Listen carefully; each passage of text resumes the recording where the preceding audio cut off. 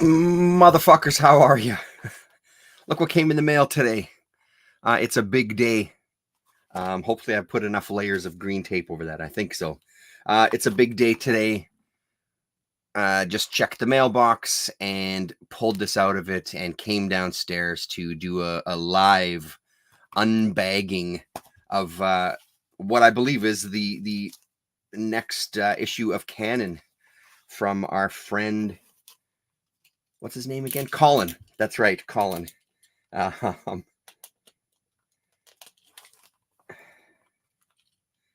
let's see here. I have my handy dandy knife. Let's see if I can get into this thing. Hopefully I didn't slice anything up. How's it going? No chat this week. No Sunday wrap. I didn't read any comics this past week. I'll talk a bit about that after we have a look at this here. Let's do this. Close up the damn knife. Wouldn't want any digits to go. This Kate. Oh, beautiful. Thank you so much, Colin, for sending two, as always. Rasa, have a close look. One of these eventually will be coming your way. Man. I wish my other issues were close. I feel like it's a different cover stock. Let me show it here. So the third issue of the Canon Comics zine from Colin and a whole bunch of misanthropes and miscreants and otherwise twisted and perverted individuals. Yeah, what can I say? Let's flip through it. So Lillian Generoso on the front cover, and it looks like the back cover as well too. And I think there's a big interview with them. Yes. So there we go. There's the list of everything that's in there. And let's flip through it, shall we? And have a look. In the description of this video, I put a link to the Big Cartel store for Canon. If you want to order yourself a copy, order multiples, talk to your comic shops, maybe get them to get some. I think that there's still copies of all three issues on the site.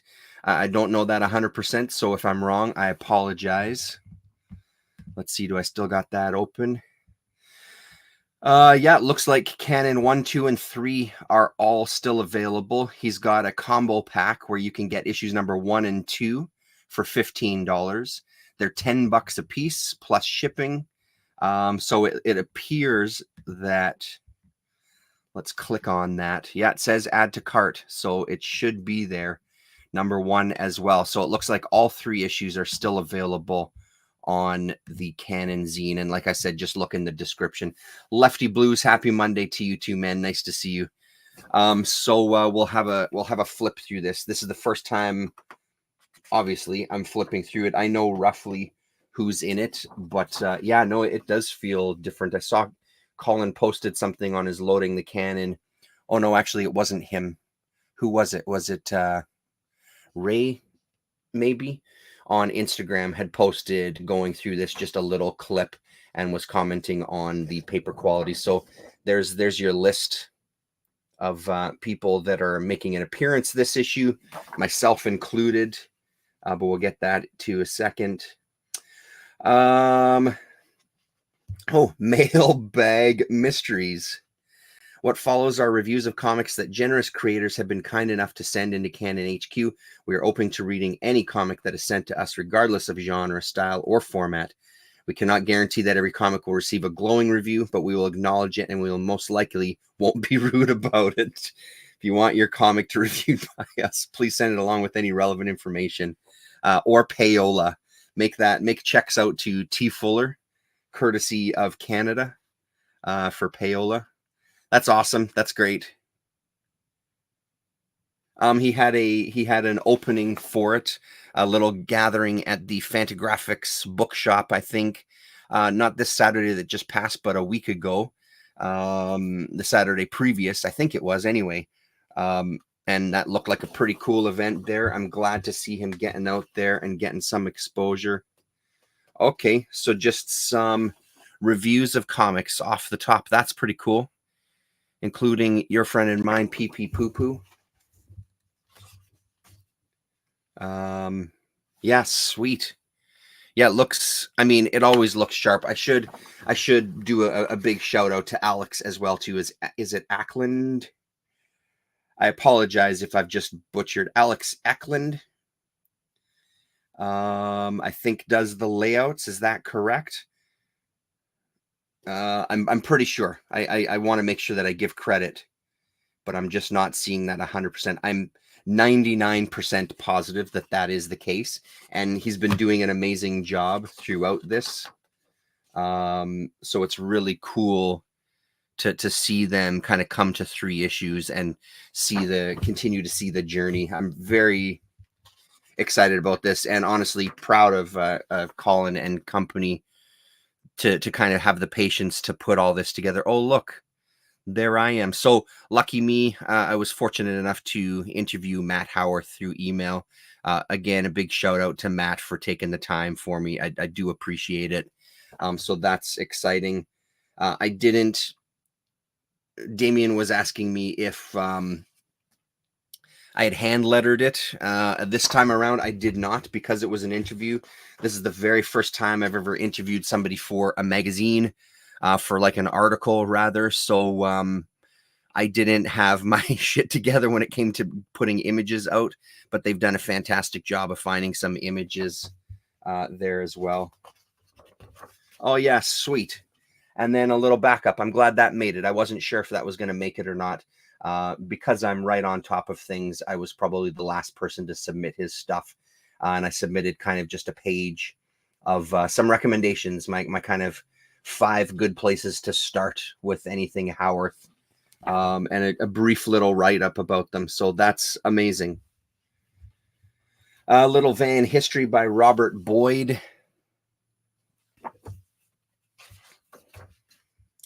Consonance with the Eternal, a review of P. Craig Russell's The Magic Flute by Chris Russ.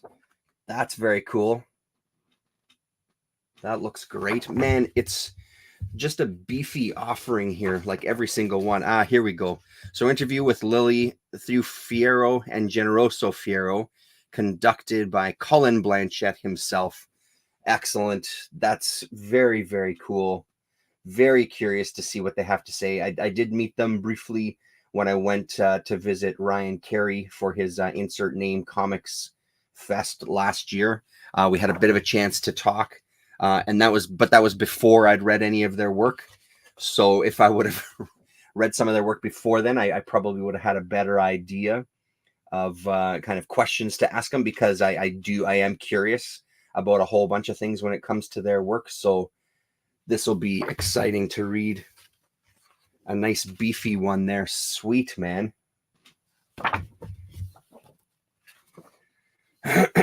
Few pages. Wow. The Tampico Hotel Abyss, Inside the World of Jim Osborne. Another one I'm very curious. This is Ryan Carey doing this one. Oh man, I'm very excited about this one. I love Jim Osborne, as you know. I love the underground comics, so I'm looking forward to digging into this to see what he's got to say. He had hinted through his Patreon that he would be doing that. He has some more ideas for people to focus on within undergrounds. And it got me thinking about that stuff too. It's pretty fantastic just to bring this stuff to the comics conversation, these days, where in art, a lot of art, I think I've been thinking about this lately and seen some artists that I follow saying similar things. Just the idea of this kind of safety net that we have, and artists not necessarily, at least to my knowledge, my direct knowledge, I understand there's a whole bunch of niches within art that I have no fucking idea about, but it just seems like boundaries aren't being pushed in the same way as they were in the past. Maybe in different ways, for sure. But yeah, sweet. Look at this. So Ryan was talking about focusing on some of that stuff for future articles for the magazine. Look at this, a fucking commission by Christian Costello. That's amazing, amazing. So this is an interview with Comics Hauler. I believe, does Comics Hauler also have his own zine as well?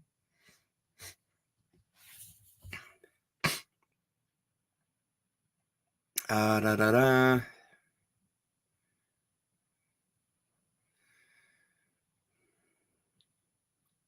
Oh, okay. So no, this is a different guy. I know that I know Comics Hauler. I just don't always know where I know the names from. Talk to someone who goes by the name Comics Hauler at Comics Hauler, Comics_Hauler on Instagram. He has a secondary account as well at 50cent_comic_Hauler. On his account, he tracks the comics that he's buying and reading, which is a wide range of high quality material from all across the comic spectrum. Very cool. Excellent. Excellent stuff. Yeah, multiple pages. That's amazing. I'm looking forward to this as well. Gary, hello, Gary. How are you, man? Nice to see you. I love the Howarth recommended reading section. Perfect companion piece to your grain review. Thanks very much, Gary. I really appreciate you saying that. It means a lot when it comes to this kind of thing. It's well out of my comfort zone. So I'm very, very skeptical. I'm very critical, I guess, of my own stuff, like extremely so. So that's nice of you to say that. Athenium Comics art. Jason Finestone Colors. How the heck are you, man? Nice to see you. Yes, please check out the link in the description of the video to the Big Cartel, where you can pick up copies of this and every single issue of Canon. And then Rage and Vengeance in Hot-Headed Heroes by Jake Zolacki. I apologize if I've mispronounced that, Jake. Yeah, multiple pages here. Cool. I feel like there's a little bit of a shift in this issue here there, Colin. Maybe I'm reading things into it here, but I feel like this is shifting. Interview with Marco Devanzo and Ryan Kennedy of Alakazam Comics and Games in Irvine, California, conducted by Brad Curry. Cool. Yeah, nice, nice. Retailers. Huh. Yeah. Oh, man. Very cool. That's amazing.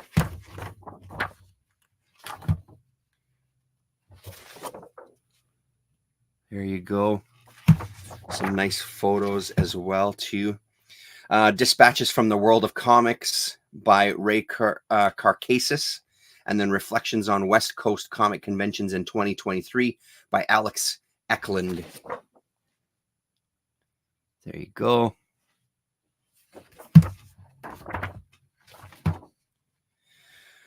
Shots Fired reviews by Alex Eklund, Colin Blanchett, and the one and only in the chat, Gary Usher. Fucking A, man. I love it. That's great. These little strips. What are we looking at? Red Snow, Roaming, Innocent, Omnibus. Oh, Innocent. I know about that title. Social Fiction, The Mysteries, Juliet, or the Ghosts Returning in the Spring. Yeah, sweet. Oh, quite a few. A second page of reviews as well there, too. So what is that? A whopping 48 pages. Hey, there you go. So contributions, everybody getting their shout out. And then from the next issue section at the bottom, which is a good sign. I think Colin had mentioned before that there will be a fourth issue for sure. For that one, I've got an interview with Sean Schofield, who did that Human Remains book and is one of the kind of founders of the Beguiling Comic Shop in Toronto.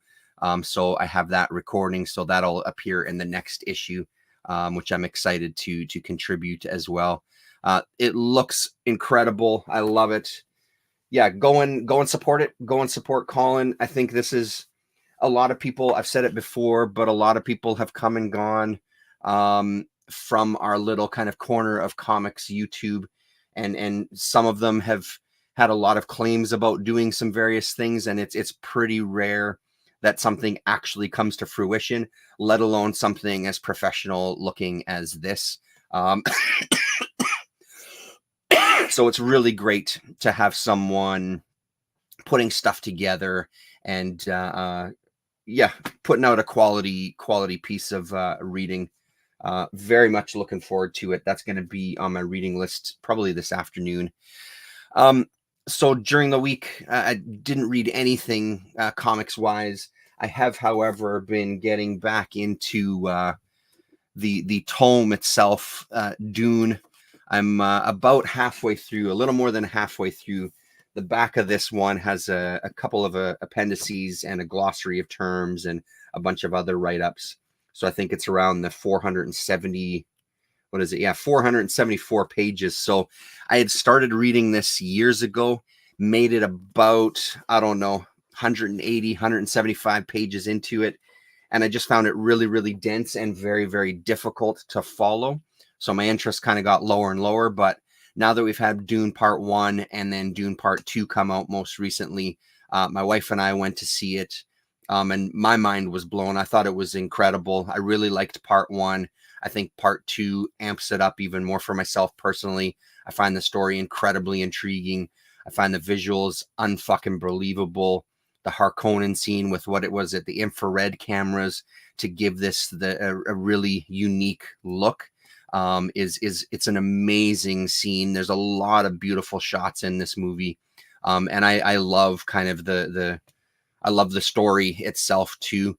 I left feeling kind of beaten up, both exhilarated and depressed at the same time, and just scary how easily we can be manipulated is a big theme, and it's something that I think a lot about, and I have for a lot of years. How easily we're led, even though we think that we're not. So this has been great to get into this. I went today. I hear that Villeneuve, if they do get a third film, he wants to do this book next, which is the second one in the series. He said that this one is his favorite of the series. I've never read it, obviously, because I've never even read all of Part 1. So I picked this up today, getting ready to dive right into it as soon as this one's done. But yeah, if you haven't seen Dune, if you're interested, obviously that is a check it out. Not that I give two shits normally about the Oscars. I think it's all a fucking joke. It was, however, I have to admit, it was nice to see Godzilla finally get credit for something. A lot of that excitement comes from pure selfishness. The more kind of exposure that Godzilla -1 gets and that whole team, the more accolades they get, the more awards they get. I'm hoping that makes it easier for him to make more films going forward, no matter what they are. I have mixed thoughts of if I would like to see another Godzilla movie by him. Part of me says yes, but part of me thinks that this one can't be beat because it was such an incredible movie. I think Miyazaki also got an award for The Boy and the Heron as well. A great film if you haven't seen it. Not necessarily Miyazaki's best, but absolutely an important movie in the scope of a creator's career. It's a real movie talking about kind of the end of life, the end of, and looking back on his life. And there's a lot of nods to a bunch of his, or I would assume all of his previous work in some fashion throughout the movie. I caught a whole bunch of them, but I'm sure that there's ones that slipped me by. But a really touching little story. It was a little slow at first and challenging to get into. It didn't take me very long to kind of take up pace and be interested in it, but I have heard that from a lot of people that it was a little bit of a slow go. But honestly, I'd give it a chance because Miyazaki is always worth watching, I think. I feel like I had something else to talk about, but I don't remember. Hope you enjoyed the little music clip I dropped yesterday. If you haven't seen it, go and check it out. I've been really playing with this Movovi video editor that I have, and I had these ridiculous ideas, sat here and made faces to myself into a camera, and played around with that editor. I think it's a lot of fun. The things you can do with it, the layering you can do with it, the basic altering. There was a couple of points there where I started kind of wanting it to look like it was AI generated. So there's a couple of moments. I think I'm onto a little bit of something, doing some more kind of practical quote unquote effects, even though it's not really in person, but a little more. It's not even analog. There's no word for it. It's all still on the computer, but at least I'm kind of driving it, I guess. I don't know. But that was kind of fun to play with, and I'd like to dig into that a little bit more, see what kind of things I can do to make stuff that I want to kind of present in this format look almost like they're AI, but they're not, you know. Yeah, and ultimately just fun to sit down here, have a hit of the old e-cigarette, and get into making some videos. So yeah, I mean, maybe I'll just end it there. Thanks very much. Check out other channels. There's a lot of good conversations going on. I see that Gore Vidal has been making his rounds to a bunch of chats. He was recently on Tim's channel, Howler Mouse, on Sunday. It was him and Paulo Costa, and I think it was like 2.5 hours or something like that. A really good chunk. Always good to see Gore on. Always good to hear what Paulo Costa has to say. I don't check in with Howler Mouse all the time, but I do generally enjoy, just some of the usual criticism that I have about some channels is the kind of, the continual, there's no new new comics out. Not that he was literally saying that, I'm not quoting him verbatim, but those kind of conversations and those ideas, there's a lot of good stuff out there. And if you're unsure where to go, pick up something like this and get pointed in a direction. Comics are vast. There's so much at our fingertips, both new and both old. There's a lot of comics that are pushing boundaries. There's in different kind of ways. There's a lot of comics that are becoming more kind of artistic. There's some that I'm sure that are becoming more kind of literate, whether that's with art literacy or verbal literacy or just storytelling wise. There's a lot of ground being pushed. I don't see comics going away anytime soon. The only ones that I see going away are the men in tights ones, and who needs them anyway? They're for fucking kids.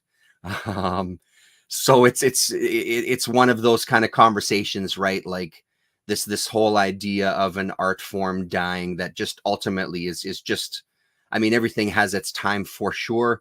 I think this is just going to hit a time where it just kind of evolves into what it becomes, which is back to being a very small niche kind of thing, right? Like we've had our time in the sun, and now it's back to maybe the days of people looking down on you if you say that you read comics, although I don't see it going that degree. But yeah, that's the growth of art and movements.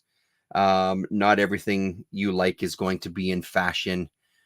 People are going to take it forward, and kids generally are going to hate the things that the adults are into, because what the fuck do stinky old adults know anyway? I still think that, and I'm 50.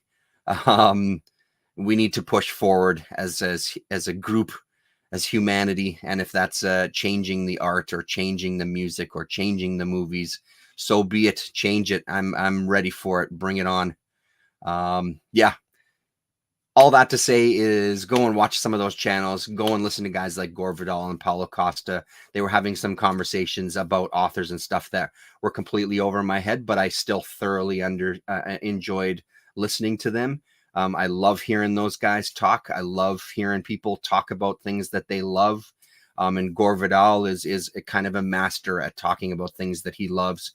He's got a real way about him of speaking on those things. And always a pleasure to watch. So enough of that. Thanks very much, everybody. And hopefully we'll talk to you next weekend when Rasa and I are back on my channel for our usual Sunday chat. All right, laters.